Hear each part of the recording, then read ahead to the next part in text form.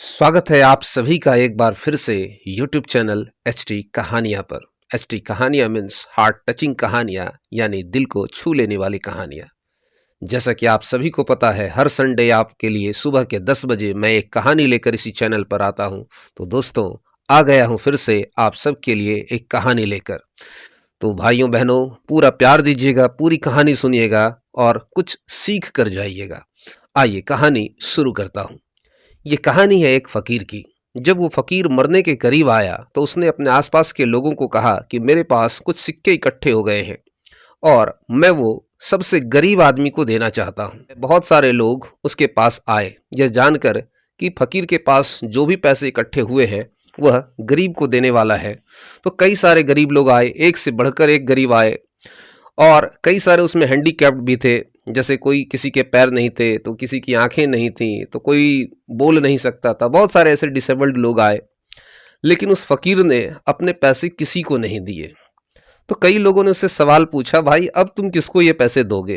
क्योंकि एक से बढ़कर एक गरीब लोग आए। बहुत सारे ऐसे लोग आए जो कि शरीर से भी बिल्कुल जो है हैंडीकैप्ड थे, असमर्थ थे, वो कुछ कर नहीं सकते हैं। इससे ज्यादा लाचार और बेबस आदमी कौन होगा?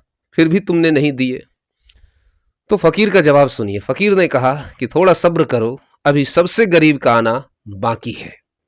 तो ये बात उस समय की है जब अकबर का शासन हुआ करता था। तो एक दिन अकबर की सवारी जो है उसकी झोपड़ी के सामने से जब निकली, वह ने अकबर के रथ के सामने आकर बिल्कुल खड़ा हो गया। तो जब अकबर ने ऐसा देखा तो उसने अपने रथ को रोका और फकीर से पूछा कि भाई तुम क्या चाहते हो? तो उस फकीर ने कहा कि मेरे पास जो कुछ भी इकट्ठा हुआ है अब तक में, मैं वो तुम्हें देना चाहता हूँ, क्योंकि मैं अपनी सारी पूंजी दुनिया के सबसे गरीब को देना चाहता हूँ। तो यह सुनकर अकबर को जो है बड़ी हंसी आई और थोड़ा सा उनको जो है बहुत अटपटा लगा। तो अकबर ने उससे पूछा कि तुम तो अपने सारी पूंजी जो भी तुम्हारे पास इकट्ठे हैं तुम किसी गरीब को देने वाले हो, दुनिया के सबसे बड़े गरीब को, और मैं तो बादशाह हूं, मैं एक राजा हूं, तुम मुझे क्यों गरीब समझ रहे हो? तो फकीर ने कहा कि तुमसे बड़ा गरीब दुनिया में कोई नहीं होगा, क्योंकि तुम्हारी इतनी तृष्णाएं हैं, इतनी इच्छाएं हैं कि वो कभी पूरी नहीं हो सकती। और मैं जानता हूं कि मेरे जो ये चंद सिक्के हैं, इससे तुम्हारी तृष्णाओं में, तुम्हारी डिजायर्स में कोई बहुत ज्यादा संतुष्टि नहीं होगी, लेकिन इसको तुम जो है फूल और पत्र ही समझो। इस कहानी से सीख हमें ये मिलती है कि गरीब और अमीर हम जब चाहें अपने आप को फील कर सकते हैं।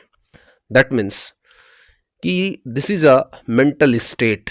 जी हाँ, आपके पास जो चीजें हैं, अगर आपका ध्यान उस पर है तो आप अमीर हैं, और अगर आपके पास जो नहीं है उस पर आपका ध्यान है तो आप गरीब हैं। जी हाँ, ये पल पल का खेल बदलता है।